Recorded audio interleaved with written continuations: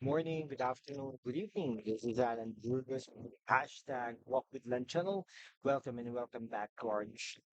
Guys, if you are not yet subscribed to our channel, please do it so now so that you can be a part of this growing family. We are now officially 7,574, and I want you to become a member of our family. Thank you so much, guys. God bless you all. Okay, so pag-usapan po natin today ay yung ano 'no, yung hearing diyan sa Senado. Diyan sa Senado po 'no, na pinapangunahan ng committee chairperson na si Bato de la Rosa. Okay, si Bato de la Rosa po ay dating PNP chief ni dating Pangulong Rodrigo Roa Duterte. Ngayon, yung ano po daw niyan, yung Fidelia Leaks or Philippine um, Drug Enforcement Agency, okay, na nagkaroon kasi ng leakage, ano, yung leakage daw na yun ay um, parang inaakusahan si Pangulong Bongbong Marcos na nagdodroga, nagko-cocaine allegedly. Okay, so this is a serious accusation. No? So according to Asidre, yung congressman dyan, party list, yung tingok party list, congressman dyan sa Congress or House of Representatives ay siya ay deputy majority floor leader. No? Ito po ay partido ng asawa ni Speaker Martin Romualdez. At yan po si Asidre ha. Baka hindi niyo po kilala. Siya po si Tingog Party List Representative June Asidre. No, na sinasabi niyo po na ang PIDEA leak, no, yung linking President Ferdinand Marcos Jr. to illegal drug use could be a part of a larger effort to discredit and destabilize the current administration. Ngayon niyo lang ba nalaman na gano'n talaga ang plano ng mga Duterte? Okay, ito nga po pala, si June Asidre ay isa pong no, majority floor leader. No? Ah, sabi niya, yung PIDEA leak, talagang naglilink sa ating Pangulong Bongbong Marcos na nagko-cocaine siya, no? Gumagamit siya ng drugs allegedly in the past nung hindi pa po siya presidente, noong 2012 po po. Ngayon, ang katanungan ko diyan, 2012, sino po ba ang Pangulo noon? Hindi po ba ang Pangulo noon ay si Noynoy Aquino na namatay na po? Eh kung gano'n na ang PIDEA ay alam po. So dapat pinaalam po nila kay Pangulo Noynoy Aquino at that time. Sa tingin niyo po ba, hindi po gagalaw ang Noynoy Aquino? Alam naman po natin na galit ang Noynoy Aquino, galit na galit ang Aquino sa Marcos at the time. Alam naman po natin ang history ng Aquino at mga Marcoses. Bakit hindi ginalaw? Bakit hindi po kumilos ang Aquino administration kung noong araw pa na yun, yung mga panahon na yun, na talagang galit na galit ang Aquino sa mga Marcoses, hindi po sana naging pangulo ang Bongbong Marcos. Ngunit, siguro kung may katotohanan nito, kasalanan siguro niyo yan dahil hindi po kayo o di naman kaya, baka hindi naman po wala naman po itong katotohanan. Yes, indeed. Mayaman po ang Bongbong Marcos. Mayaman po ang mga Marcoses. And during that time, baka alam naman po natin, baka nga po, no? Baka naman, no? Gumagamit. Pero hindi naman po, wala naman po napatunayan. Hindi hanggang ngayon, hindi pa po napapatunayan. Eh, nung eleksyon po, di ba? Bakit po natin hinayaan? Naging senador, naging tumakbo bilang presidente, tumakbo bilang senador, nanalo, tumakbo bilang presidente ng Pilipinas. Kung meron po tayong ebidensya, bakit ngayon lang po lumalabas itong mga ito? Bakit hindi natin hinayaan ng mga nakaraang panahon na talagang itulak natin ito upang hindi naging pangulo ang isang Bongbong Marcos? Ngunit siguro, baka walang katotohanan. Okay, sabi po ni Tingog Party List, no, et cetera, no, na talagang dinidiscredit lang po ang Pangulong Bongbong Marcos ng kanyang mga gobyerno. Kaya ang siste nga po dito, dapat nga po talagang pinupunan na ni Pangulong Bongbong Marcos na talagang pagandahin ang bansang Pilipinas without traveling too much. Talagang pagandahin ng Pilipinas, di ba? Itayo ang mga gusali, itayo ang mga infrastruktura, pagandahin ang hanap buhay ng mga Pilipino. Kita niyo, mawawala ang mga posisyon.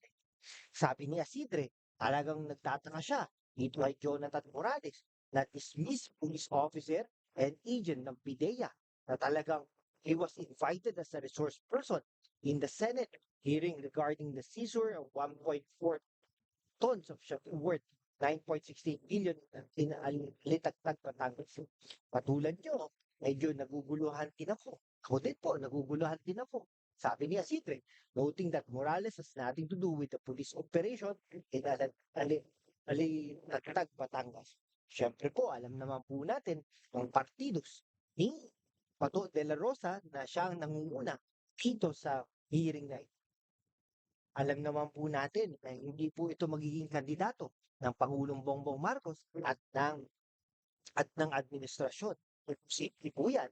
Kaya po talagang ginagawa po talaga ng talagang maigi ni Bato de la Rosa o ni Ronald de la Rosa na gawin ang lahat upang ipinpoint ang ating Pangulong. Ngunit, nakita niyo po ba yun? Galing din si Bato de la Rosa kay Maharlika dahil sabi ni Maharlika ay bayaran siya.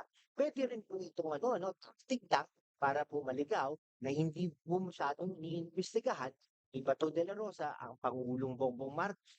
Sabi kasi during the recent hearing na pinapangunahan ni Dangerous Drugs chaired by Senator Bato de la Rosa na talagang si Morales provided testimony about purported authenticity of TIC 2012 documents allegedly implicating then Senator Marcos and actress Marisol Soriano in illegal use. Naging sila kaya ni Maricel Soriano in the past, parang may mga napapabalitan gano'n. Pero hindi po natin masabi talaga kung may katotohanan yun, wala naman po ebidensya. Okay? Nagda-drugs po ba si Maricel Soriano? In the past po, yung Maricel Soriano ay sinabing kapangalan lang niya. Pero syempre, alam naman po natin kung ano ang nagagawa ng pera. Si Maricel Soriano po ay magaling na artista. Ngunit kung nakikita niyo din po, alam naman po natin na marami pong showbiz personalities at nasira ang buhay dahil sa droga. Ay talaga naman pong harap-harapan sa mga tagiliran ay talagang nagbebenta po ng droga dyan sa showbiz. Pero syempre, meron din po tayong mga kasama sa showbiz ay sa mga showbiz na talagang ginagawa ng paraan upang malinis ang showbiz. Sabi pa ni Morales, ba? Si Lasso daw, who said that post pre-operation report, the authority to operate were non-existent. Lasso category stated that Morales' allegations were fabricated and have no basis, emphasizing that the Senate panel should not rely on testimony from an individual who had previously committed perjury by concealing his dismissal from the Philippine National Police during his application to PIDEA. Okay? Yun po yung katotohanan. Pinapakita siguro based on the testimony na talagang mas na-proof po natin na itong si Morales ay nagsisinungaling. Pero hindi naman po ibig sabihin na gumawa ng perjury ay talagang tuloy-tuloy na ang pagsisinungaling. Meron din po talagang may isang katotohanan. Pero talaga namang sinisira talaga credibility, ikaw ay nagsinungaling. So sabi pa ng ni Deputy Majority Floor Leader na si Isabela Representative Faustino ang Assistant Majority Leader and Taguig City Representative Amparo Maria Zamora. At talaga, akala ko mga Cayetano lang ang representative dyan sa Taguig. Ito pala.